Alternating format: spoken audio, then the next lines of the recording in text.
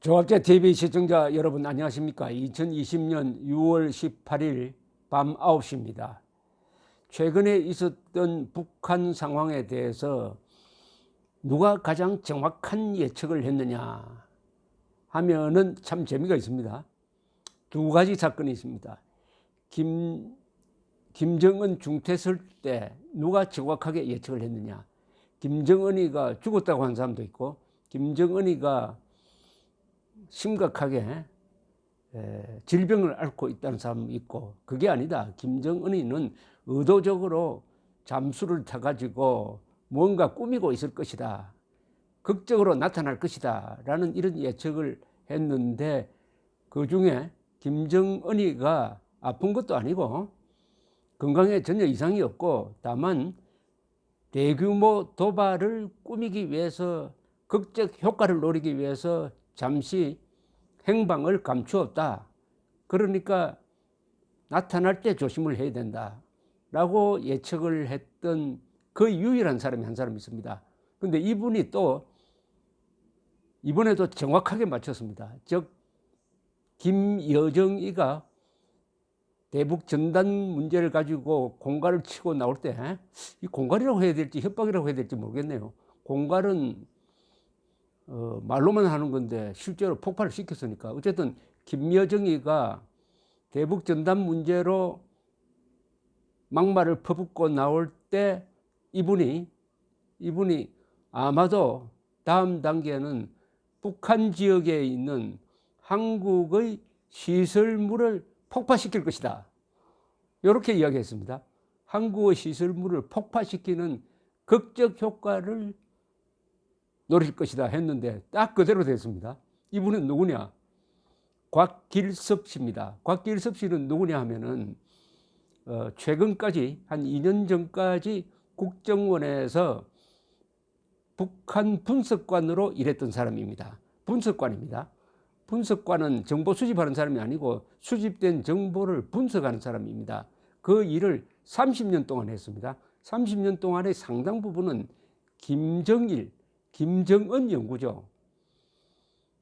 이분은 책도 쓰고 박사학위도 받은 분인데 요사이 곽길섭의 안보정론이라는 유튜브를 하고 있습니다. 유튜브를 통해서 이런 예측을 했습니다. 저는 이분이 우리나라에서 현재로는 최고 수준의 전문가라고 봅니다. 북한 전문가도 여러분들이 있습니다. 강인덕 선생처럼 과거에 옛날 수십 년 전부터 북한을 연구한 분들도 계시고, 또 정책적으로 북한을 연구했던 분들도 계시는데, 그래도 아무래도 감이 살아 있으려면 최근까지 일했던 분입니다. 역시 감이라는 게 중요합니다. 이 야구 선수나 운동 선수도 오랫동안 필드를 떠나 있으면 그 감을 잃게 됩니다. 근데 이분은 2년 전까지 일했으니까 아주 감이 생생한 사람입니다. 그래서 이분이 적중률이 높은 것 같습니다. 우선 이번에 어떤 예언을 했느냐 하면은, 우선 김여정이가 6월 4일 탈북민 단체의 대북 전단 살포를 비난하면서 남북 공동 연락사무소도 폐쇄할 수 있다. 폐쇄라고 표현했습니다. 그리고 개성공단 완전 철거, 9.19 군사 합의 파기도 할 수 있다. 이렇게 이야기를 했습니다. 남조선 당국이 응분의 조처를 따라 세우지 못한다면 그것이 금강산 관광 폐지에 이어 쓸모없이 버림받고 있는 개성공업지구의 완전 철거가 될지, 있어야 시끄럽기밖에 더하지 않은 북남 공동연락사무소 폐쇄가 될지, 있으나 마나한 북남 군사 합의 파기가 될지 여하튼 단단히 각오는 해둬야 할 것이다. 이렇게 사무소 폐쇄를 거론을 했는데, 이 단계에서 이미 곽길섭 씨는 이거 풍선 가지고 나오는 거는 이게 다른 데로 가려고 하는 터집 잡기지 풍선이 본질이 아니다. 풍선을 빌미로 해가지고 더 큰 도발을 할 것이다 하면서 뭐라고 했느냐 하면은 6월 10일입니다. 6월 10일 자신이 운영하는 유튜브 채널 곽길섭의 북한 정론 TV에 올린 동영상을 통해서 이렇게 이야기를 했습니다. 남북 관계를 단절시키고 비난전을 강화하는 것은 당연하고, 앞으로 북한이 할 일이 남북 관계를 완전히 단절시킨다고 그랬어요. 비난전을 강화한다고 그랬습니다. 온 오프라인 테러, 국지전, 핵미사일 도방 등 여러 가지를 생각해야 한다.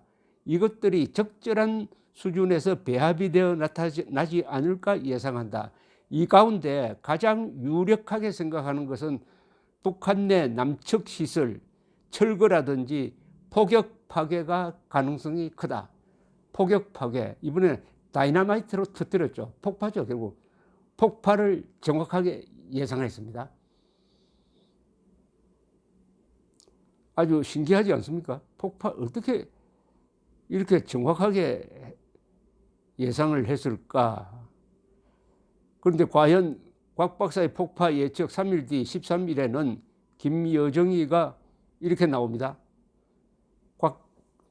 곽길섭 씨가 남측 북한 지역에 있는 남측 사무소는 공동연락사무소밖에 없습니다. 물론 뭐 저 개성공단에도 여러 시설이 있는데 남측 시설물을 폭파할 가능성이 많다라고 예언한 3일 뒤에 김여정이가 나와가지고 이런 공갈을 칩니다. 북남 공동연락사무소가 형체도 없이 무너지는 비참한 광경을 보게 될 것이다. 이때부터 이제 폭파하겠다고 예언한 거죠. 예언했는데 곽길섭 씨의 예언 3일 뒤에 했으니까 곽길섭 씨의 이야기를 보고 김여정이가 폭파하겠다고 했는지 모르겠다는 생각이 들 정도로 곽길섭 씨의 판단이 신기하게도 맞아떨어졌습니다. 그 다음에 폭발을 한 다음에 이 곽길섭 씨가 나와가지고 아주 흥분해서, 이분이 원래 차분한 분인데 그날은 흥분해가지고 남측 시설을 이게 폭파시킨 것은 이것은 일종의 전쟁 행위다. 왜냐하면 이건 대한민국을 공격한 것으로 봐야 된다. 왜 그러냐? 그게 일종의 대사관 역할을 하는 건데 일종의 외교 시설물로 봐야 되는데 그걸 폭파한다는 것은 이 외교관에 대한 면책 특권, 어떤 경우에도 외교관이나 외교시설물을 해치는 것은 문명국가에서 있을 수 없고 그것은 전쟁 당사자끼리도 그리는 안 합니다. 전쟁 중에도 외교관은 보호를 해야 됩니다. 전쟁한다고 해가지고 외교관 잡아넣는 나라가 없습니다. 그런데 이거는 시설물을, 외교적 시설물을 폭파한 것은 이거는 묵과할 수 없는 것이고 이것은 국제법 위반이다. 왜 한국이 문재인 대통령이 국군 통수권자인데 이 문제에 대해서 이렇게 미지근하게 넘어가느냐 해가지고 아주 흥분하는 것을 보았습니다. 그러면서 이제 정확하게 예측한 사람은 그 사람의 다른 예측에 대해서도 우리가 존중해 줘야 됩니다. 그럼 곽길섭 씨는 북한이 앞으로 어떻게 나올 것으로 보느냐, 이분의 말은 경청을 해야 된다는 겁니다. 제가 곽길섭 씨한테 어떻게 그렇게 정확하게 맞춥니까 하면은 이분이 한다는 이야기가 나는 항상 김정은 입장에서 생각하고 김정일 입장에서 생각합니다.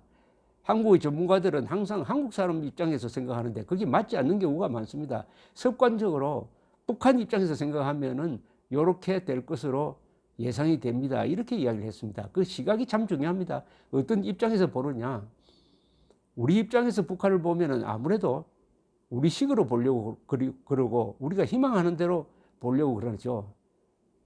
북한 입장에서 봐야 정확하다, 이런 이야기입니다. 말하자면 김정은이 마음속으로 들어가서 봐야 된다. 이 북한 분석관은 항상 그런 자세를 유지하니까 다른 사람들보다 적중률이 높은 겁니다.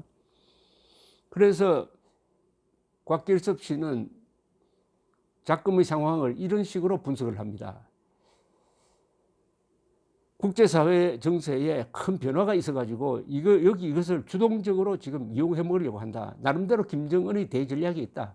김정은의 대전략은 핵미사일 능력을 완성하는 것이고 그리고 핵 실전 배치를 선언하는 것이다. 이게 완전히 핵미사일의 종결판입니다.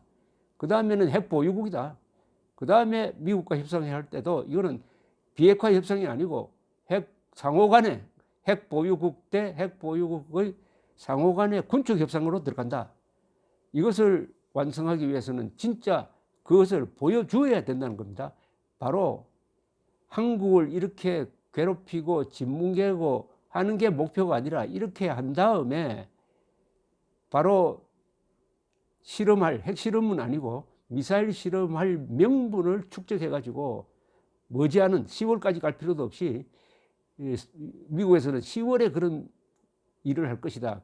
그때까지 가지 않는다는 겁니다. 그 전에 SLBM 잠수함 탑재 미사일 발사 또는 ICBM 발사, 곽길섭 씨는 잠수함 발사 가능성이 더 높다고 봅니다. 잠수함에 탑재한 중거리 미사일을 발사에 성공한다면 그건 이미 장거리 효과가 있습니다. 그 중거리 미사일을 실은 잠수함이 미국 근해까지 가서 거기서 발사하면은 저 뭐 워싱턴도 맞출 수가 있겠죠.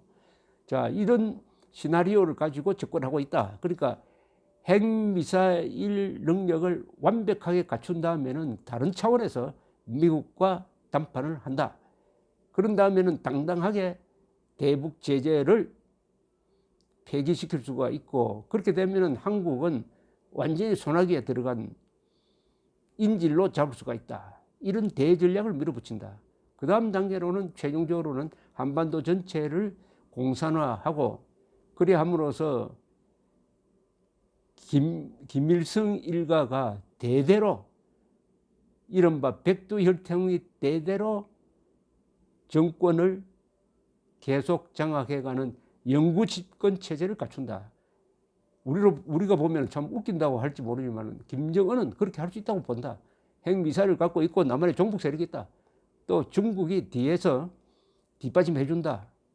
트럼프는 너무 멀리 있고 트럼프는 또 어떻게 될지도 모르고, 이렇게 대전략을 밀어붙이는데 최근에 정세가 바뀌었다는 겁니다. 북한에 러브콜을 보내던 트럼프는 재선에 올인해가지고 전략적으로 북한을 무시하는 추세이며, 이런 기조는 대선 이후 미국의 새로운 행정부가 구성될 때까지 계속될 것이다. 중국은 그동안 핵미사일 문제에서만큼은 미국과 협조하여 대북 제재 국면에 동참했는데, 미중 무역 전쟁에 이은 코로나19 사태로 미국과의 패권 경쟁을 계속하고 있다 때문에 중국은 더 이상 미국 눈치를 보지 않고 번견론에 입각해, 그러니까 집을 지키는 개, 뭐 미친 개쯤 되겠죠. 그런 북한을 아주 소중한 존재로 대우해 줄 가능성이 있다.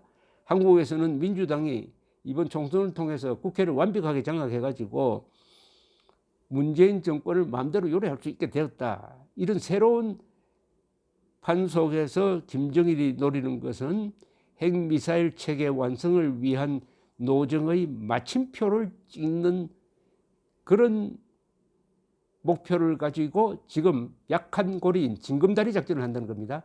완전히 문재인 정권을 길을 딱 죽여놓고 그 다음에 도발한다는 겁니다.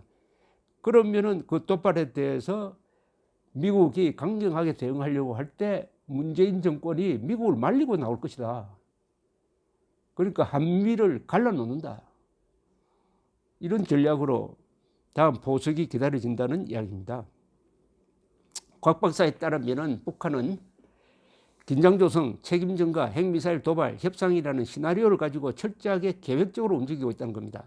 김정은이 5월 24일 당군 중앙군사위원회 확대회의에서 격동적 위치에서 전략무기를 운용하라. 그리고 핵 억지력 강화다. 핵 억지력 강화는 무슨 뜻이냐 하면 자기들의 핵무력을 강화한다는 뜻이고, 격동적 위치라는 것은 판을 흔든다는 겁니다. 바로 이 전략으로서 하고 있다. 겉으로는 대북 전단 문제를 내세웠지만은 실제는 한국이 받아들일 수 없는 행위를 통해 긴장을 조성하고 그 책임을 한국에 전가해가지고 핵미사일 도발을 할 명분을 만드는 것이다. 자기들은 한반도 평화체제를 건설하기 위해 노력하는데 한국에서는 전단을 날리고 적대 행위를 계속하니 우리도 자유권 차원에서 핵미사일을 개발할 수밖에 없다. 이런 논리를 내세울 것이다. 이런 이야기입니다. 그러면서 한국에 대해서는 너희가 이야기하는 것들은 자꾸 뭐 철도 놓아준다든지 뭐 해주겠다는 거, 그거는 김정은이가 보기에는 웃기는 거다. 그거보다 훨씬 더 큰 걸 얻겠다. 그거는 미국과 직거래해가지고 미국의 제재 해제만 이룩하면은 그때 한국은 자동적으로 우리를 지원하지 않을 수 없게 될 것이다. 이렇게 보고 있다는 겁니다.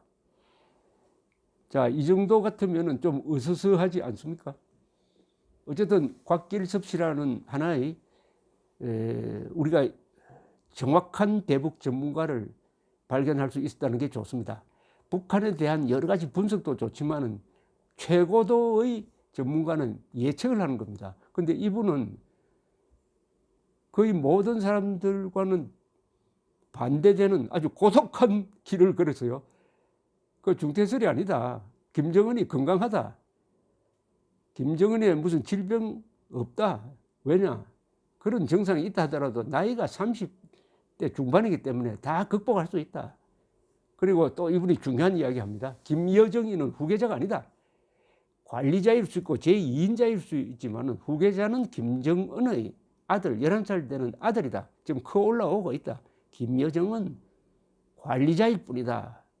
저는 이것도 곽길섭 씨의 말이 맞다고 봅니다. 여러분들 곽길섭의 안보정론TV를 시청하면은 아주 주변에서 무슨 이야기를 할 때 힘을 얻게 될 것입니다.